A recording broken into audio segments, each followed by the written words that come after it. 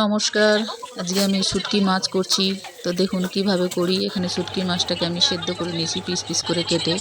তারপরে খুব ভালো করে ধুয়ে নেব কষলে। তারপরে এখানে তেলের মধ্যে মাছটাকে ভেজে নেব। এখানে বেশ কিছুটা লঙ্কা দিয়ে দিচ্ছি, লঙ্কাটা বেশি লাগবে।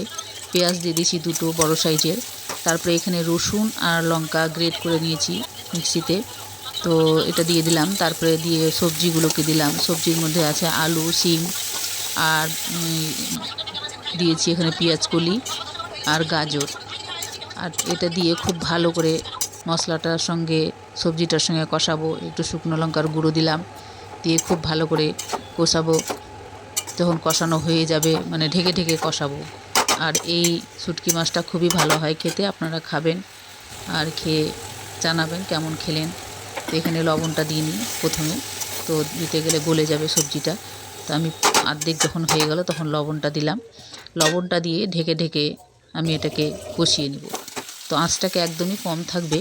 তারপরে এইভাবে কষাবো, জল এক ফোঁটাও দেবো না। তারপরে যখন কষানো হয়ে যাবে মাছটাকে দিয়ে দেবো। মাছটাকে দিয়ে আবার নাড়াচাড়া করে, মাছটা আপনাদেরকে দেখাতে পারলাম না, দিয়েছি যে, তো ওটা দেখাতে ভুলে গেছি। তারপর যদি এই রেসিপিটা যদি আপনাদের ভালো লাগে, লাইক শেয়ার কমেন্ট করবেন, ফলো করতে ভুলবেন না। ধন্যবাদ।